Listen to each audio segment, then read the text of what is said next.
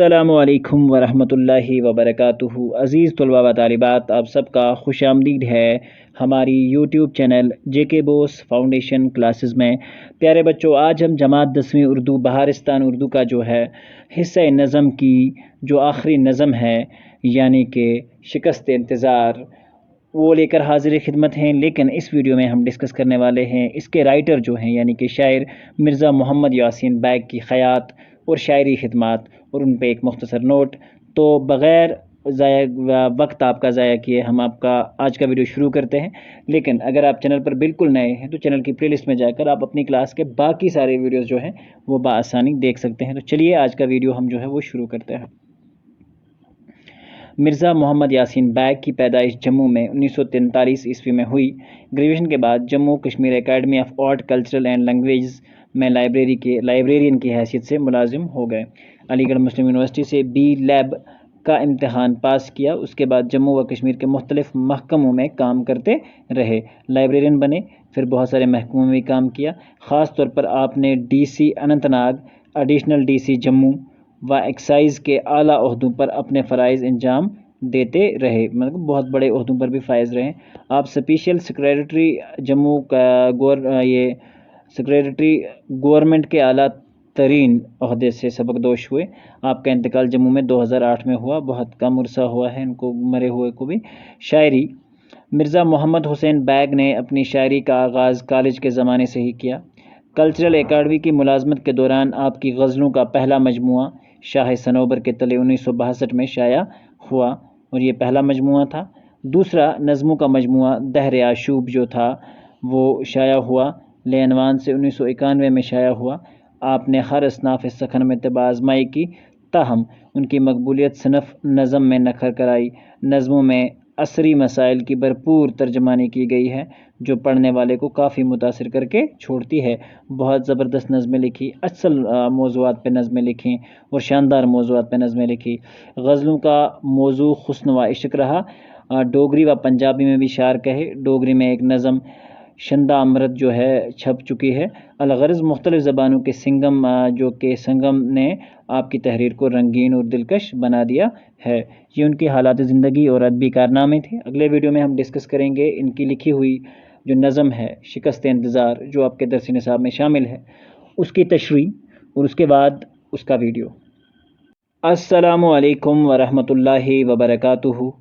अज़ीज़ तलबा व तालिबात, आप सबका खुश आमदीद है हमारी यूट्यूब चैनल जेके बोस फाउंडेशन क्लासेस में।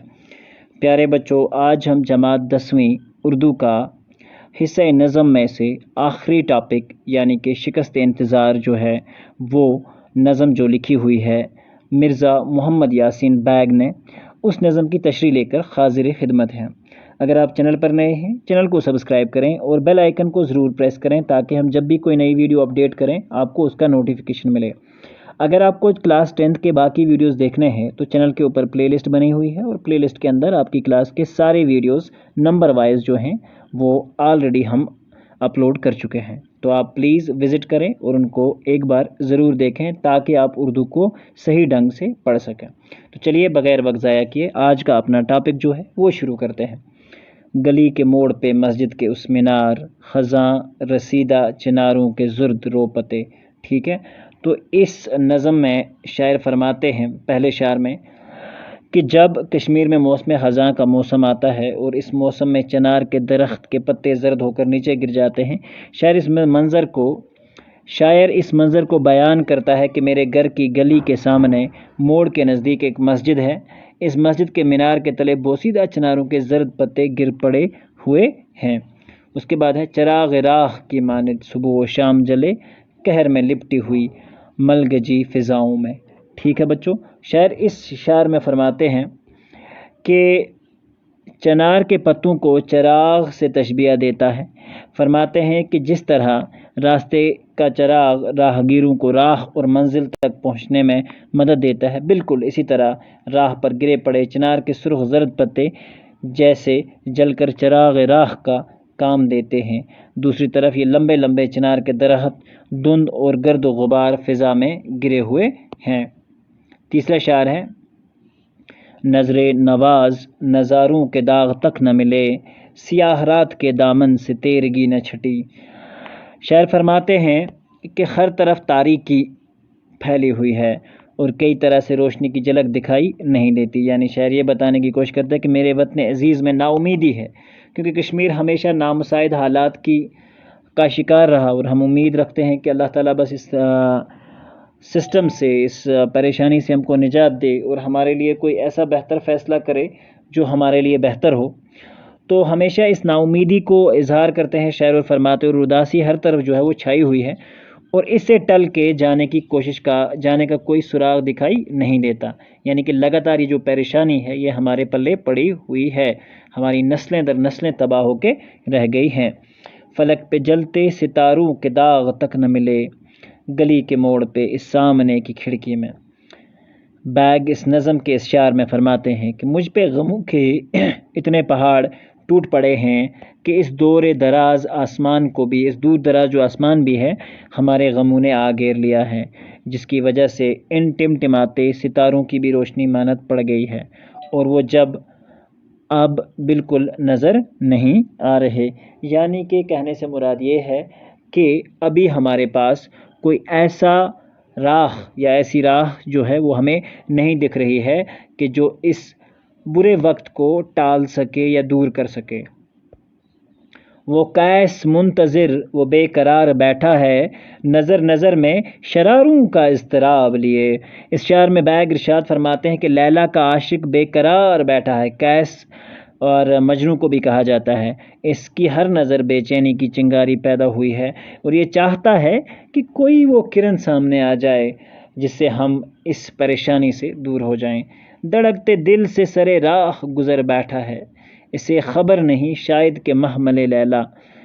इस शार में मिर्ज़ा यासीन बैग इरशाद फरमाते हुए कहते हैं कि लैला के आशिक को उम्मीद है कि लैला का गुज़र उसके कोचे से होकर ही रहेगा और वो इसका दीदार करके ही दम लेगा। कहते हैं कि दुनिया जो है उम्मीद पर कायम है। इंतज़ार इंसान का मुकद्दर है। प्यारे बच्चों, इस नज़म को थोड़ा सा समझने की कोशिश करोगे आप सब लोग, तमाम उम्र किसी न किसी शय के इंतज़ार में गुज़रती है इंसान की। कभी उसको बड़ा बनने की इंतज़ार, कभी ये चीज़ हासिल करने का इंतज़ार, कभी वो चीज़ हासिल करने का इंतज़ार। इस तरह से पूरे इंसान की ज़िंदगी इंतज़ार में गुज़र जाती है। यही वजह है कि इंसान की तमाम उम्र जो है वो उम्मीदों और वहम में मुब्तला रहता है। इंसान उम्मीद जो है मौसम बहार की तरह पुरफ़ज़ा, रंगीन और मुअत्तर होती है, ना उम्मीदी जो है मौसम ख़ज़ां की तरह धुंधली धुंधली उदास उदास लगती है। नज़म जो है शिकस्त इंतज़ार में आखिरी कैफियत की तस्वीर कशी की गई है। ख़ज़ां रसीदा चनारों के ज़र्द पत्तों का सुबह व शाम चिराग राह की मानत जलना, कहर में लिपटी हुई मलजी फ़िज़ा जो दिखाई गई है। सियाह रात की तेरगी का उम्मीद के टमटमाते चरागों यानी सितारों तक को डांप लेना मायूसी और उदासी की शिद्दत को ज़ाहिर करते हैं। लेकिन नाउमीदी और मायूसी की इस फ़िज़ा में भी किसी खिड़की में बैठा कोई आशिक किसी महबूब का इंतज़ार करता रहता है, क्योंकि इंतज़ार और शिकस्त इंतज़ार का सिलसिला अज़ल से जारी है। मुराद ये है कि उम्मीदवार अभी भी खड़े हैं और जिन लोगों को अल्लाह से उम्मीद है अच्छे कामों की और अच्छे के, वो अभी भी इंतज़ार है। उनको मालूम है कि एक वक्त ज़रूर ऐसा आएगा जब ये किरण चमकेगी और यहाँ हालात सुधरेंगे और यहाँ सारी चीज़ें जो हैं वो बदलेंगी और कुछ अच्छा जो है वो ज़रूर होगा। तो फ़िलहाल ख़त्म करते हैं आज का वीडियो यहीं पर, और अगले वीडियो में डिस्कस करेंगे इस लेसन के दरसी सवालात और जवाबात। अस्सलामु अलैकुम वरहमतुल्लाहि वबरकातुहू। अज़ीज़ तुलबा व तालिबात, आप सबका खुशामदीद है हमारी YouTube channel JK Bose foundation classes में। प्यारे बच्चों, आज इस वीडियो में हम डिस्कस करने वाले हैं आपकी दरसी निसाब में शामिल नज़म शिकस्त इंतज़ार में कौन से सवालात और जवाबात हैं जो पूछे गए हैं वो। अगर आप चैनल पर नए हैं, चैनल को सब्सक्राइब करें और बेल आइकन को ज़रूर प्रेस करें ताकि जब भी हम कोई नई वीडियो अपडेट करें तो उसका नोटिफिकेशन आपको सबसे पहले मौसूल हो। अगर हमारे चैनल पर नए हैं तो आप हमारी चैनल में विज़िट कर सकते हैं और प्लेलिस्ट में अपने हिसाब से और अपनी क्लास के हिसाब से जो भी वीडियोज़ आपको चाहिए वो आपको बाकायदा तौर पर मिल सकते हैं।